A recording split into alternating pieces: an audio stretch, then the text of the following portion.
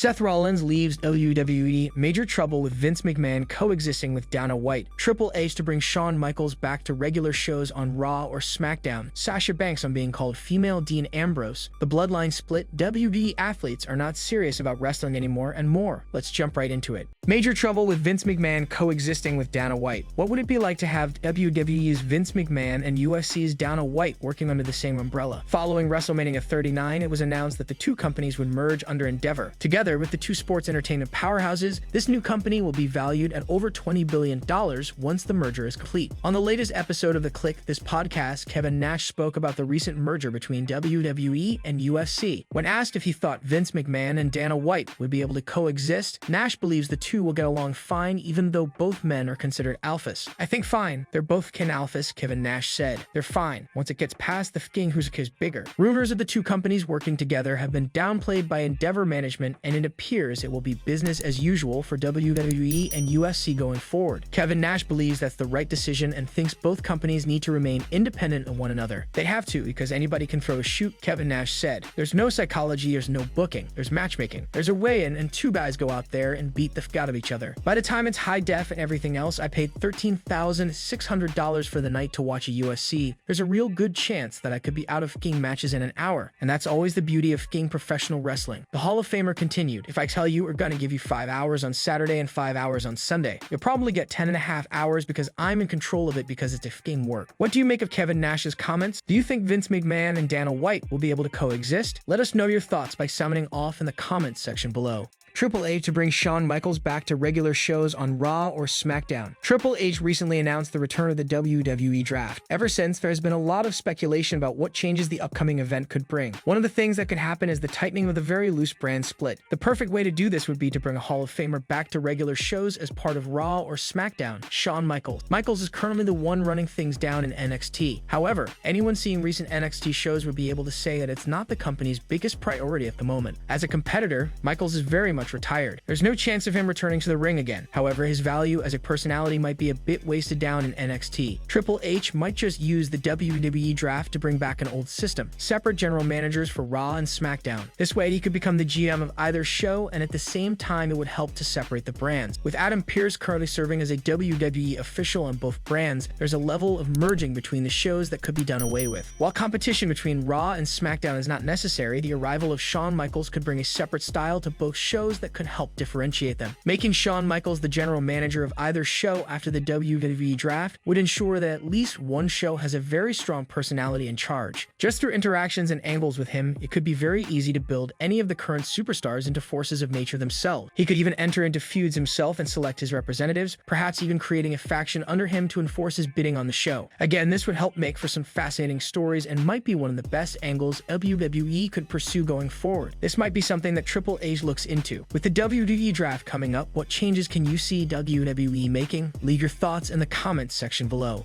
Sasha Banks on being called female Dean Ambrose. Mercedes Moné, guest Sasha Banks, has reacted to being dubbed the female Dean Ambrose by a Twitter troll. Moné has been a mainstay on NJPW and Stardom for a while now. The former WWE superstar recently cut a promo in which she called herself a rock star, followed by a quick guitar performance. A Twitter troll reacted to the video by calling Sasha Banks the female Dean Ambrose. The IWGP Women's Champion noticed the tweet soon after and had the following to say in response: "More like the female, the rock #TheCEO." Moné's response received quite a positive response from her loyal fans on Twitter. Banks has the utmost respect and admiration for The Rock. She has previously opened up about her thoughts on the Great One and had nothing but praise for the former WWE champion. Here's what she said about The Rock when she sat down with Ochta Radio last year. "He's the #1 actor in the whole friggin' world. He came from wrestling. He's only been in wrestling for a short amount of time, but his impact alone just tells you how hard of a work he put in. So when I look at people like him, I'm just like, alright, it's time to one it up and do it for the women. I'm trying to do this for the women going forward, that we can be in the same light, in the same talks as all of them." Mercedes Moné currently holds the IWGP Women's Championship. She won the belt after defeating Carrie at Battle in the Valley earlier this year. Banks is seemingly having a time of her life in Japan, and it seems highly unlikely that fans will get to see her again in a WWE ring anytime soon. What do you think of Sasha Banks' claim? Sound off in the comment section below.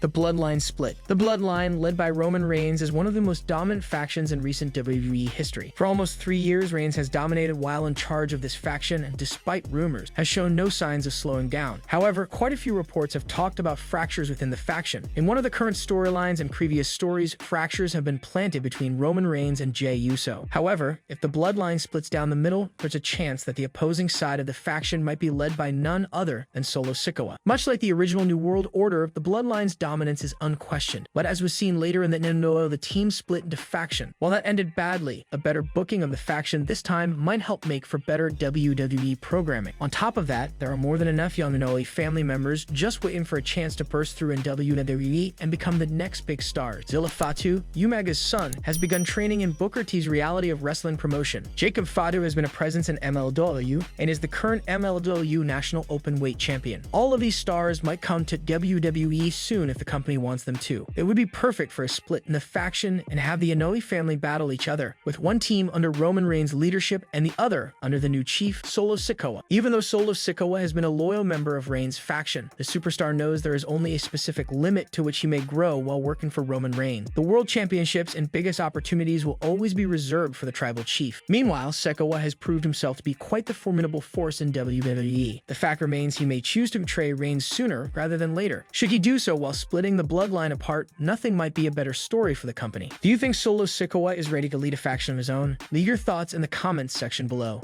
WWE athletes are not serious about wrestling anymore. WWE Hall of Famer Teddy Long recently explained how the bloodline is the only good thing that has caught his attention in the wrestling business of late. Bret Hart ruffled many feathers recently when he blasted modern professional wrestling, saying it looked phony and pathetic. The Hitman also pointed out how all the performers slapped their legs, which makes wrestling look fake. He added that things had become so bad he couldn't get himself to watch it anymore. As expected, the WWE legend's comments became a major talking point, with many coming forward to share their views. Now, Teddy Long has opened up about the same on Sports Key to Wrestling's The Wrestling Time Machine podcast hosted by Mac Davis. Long stated that he agreed with a lot of things Hart spoke about. The former SmackDown GM added that apart from the Bloodline storyline in WWE, nothing had caught his attention in wrestling in recent times. Teddy Long added that he agreed with Bret Hart's take on how wrestlers don't sell anymore. I would say with some of it, I agree. The only good thing that caught my attention was the Bloodline. I really enjoyed watching that, and I'm still enjoying it. But like I said with AEW, I don't watch any of it, and I don't plan to watch it. And I agree with Bret, there's no selling no more. You get somebody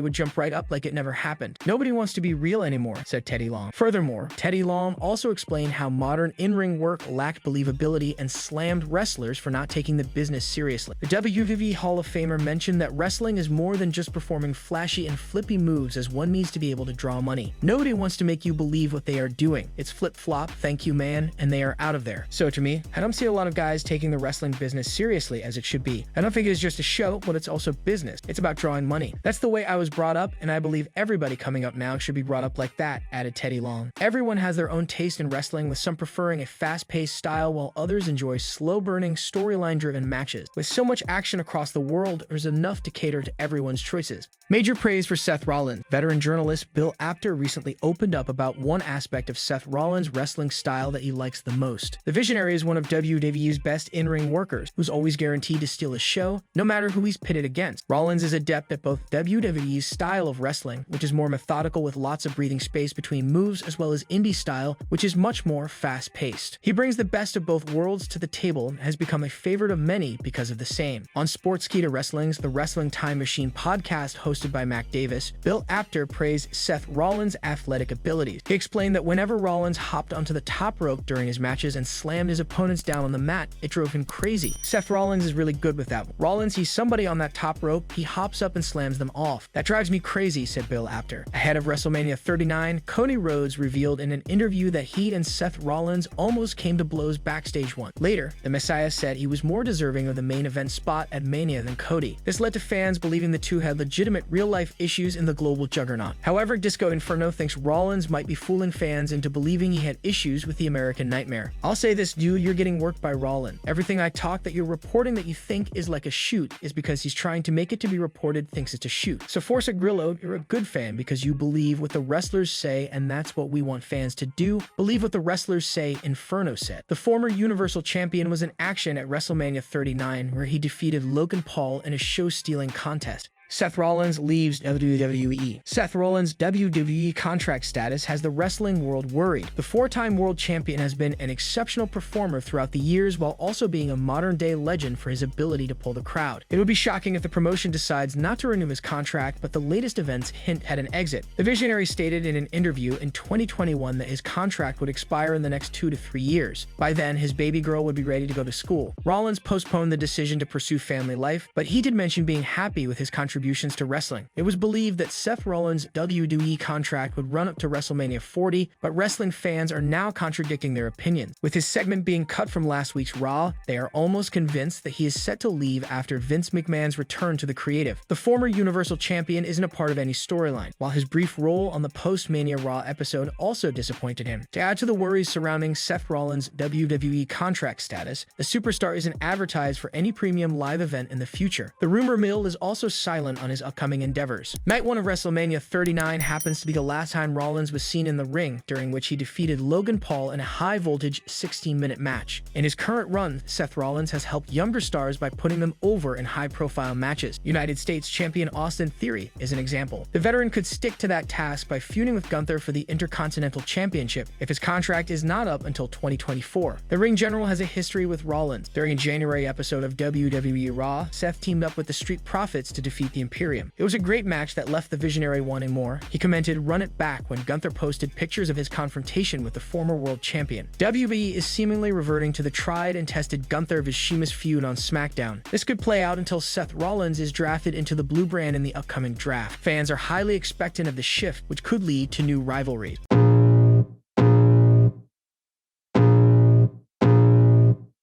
I can feel the blood creeping up from the heathens. Got will, got fight, got pride, got reason. If they wanna go eat, then you know I'm gon' feed them. If you're coming for me, hope you're ready for a demon. I got eyes in the back of my head, I'm seeing. Take me for